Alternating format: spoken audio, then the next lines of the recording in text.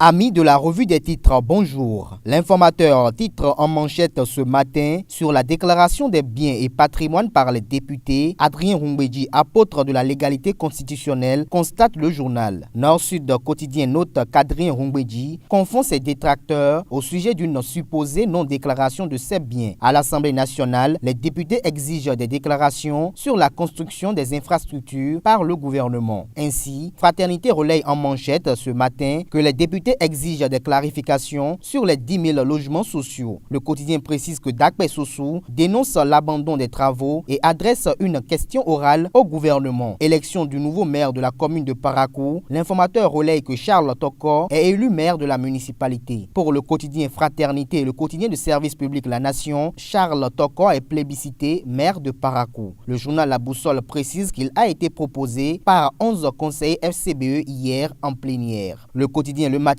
précise que Charles Tokor est porté par 23 conseillers sur les 24 conseillers municipaux de la cité de Kobourou. Matin Libre Parakou conclut en manchette avec la photo du nouveau maire et titre « Commune de Parakou, le maire c'est désormais lui ». Rentrée scolaire 2016-2017, le quotidien de service public La Nation remarque que l'école s'éveille avec ses difficultés. La presse du jour met sous presse ce jour que la rentrée scolaire 2016-2017 est perturbée par les inondations. À lire à la page 3 de la parution du jour du quotidien Le Matinal, les réalités de la reprise effective de la rentrée scolaire. L'informateur, quant à lui, constate ce matin que la première rentrée scolaire à l'ère de la rupture est sous le signe de la gestion rationnelle du temps pédagogique. Le président Patrice Talon s'est rendu à nouveau à Abuja pour un tête-à-tête avec le numéro 1 du Nigeria, confirment les confrères ce matin. Selon le quotidien Fraternité, Patrice Talon s'est rendu à nouveau à Abuja pour le renforcement de la coopération avec le Nigeria. L'informateur précise que c'est la troisième visite du président Patrice Talon au Nigeria et que cette dernière s'inscrit dans le cadre du renforcement des relations commerciales bénino-nigérianes. La presse du jour trouve que le tête-à-tête Talon-Bouhari sur la levée de tous les obstacles au commerce est une bonne nouvelle pour le Bénin et le Nigeria. Animation de la vie politique au Bénin, Matin Libre en fait sa préoccupation. Le Canard évoque ce matin des portées disparues telles que Janvier Yawédéoun, Célestine Zanou, Mathurin Kofi Nago, Issa Salifou, Barthélémy Kassa et Alassane Soumanou. Administration de la gouvernance locale, diffusion de contre-vérité par 3 conseillers de Boycon. L'informateur rapporte à cet effet le secrétaire général de la mairie qui affirme que leurs réelles motivations sont ailleurs. Au sujet de la prétendue mauvaise gestion du maire de la commune de Boycon, Nord-Sud quotidien informe que l'administration communale dénonce les contre-vérités des 3 conseillers. Insécurité au Bénin et sit-in au ministère de tutelle. Le quotidien Fraternité renseigne d'une part sur des cambriolages à Calavi où des objets de valeur ont été emportés et d'autre part, le personnel civil du ministère de l'Intérieur et de la Sécurité publique décrit la gestion de sa calafia à travers un sit-in. Toujours concernant l'insécurité au Bénin, la Boussole nous apprend que la police démantèle à Pobé un réseau de fabricants d'armes artisanales. Au sujet de l'insécurité au Bénin, l'économiste pense que cette situation constitue un frein pour le développement économique. Le journal L'Économiste nous informe à travers sa manchette du jour que pour l'année scolaire 2016-2017, les établissements privés ont reçu une subvention de l'État à hauteur de 150 millions de francs CFA. Toujours économie, la manchette du quotidien L'Indépendant dévoile un réseau mafieux de consignataires et de douaniers corrompus dans la filière des véhicules d'occasion. Le journal précise que 500 millions de francs CFA ont été partagés par 2 frères jumeaux, 60 millions offerts à un ex-ministre des Finances, 8 000 faux bons retours détectés, 4 catégories de bons retours identifiés et de petits chèques de moins de 2 millions émis. À lire à la page 3 de la parution de l'Informateur, la chronique du jour écrite par Jérôme Carlos,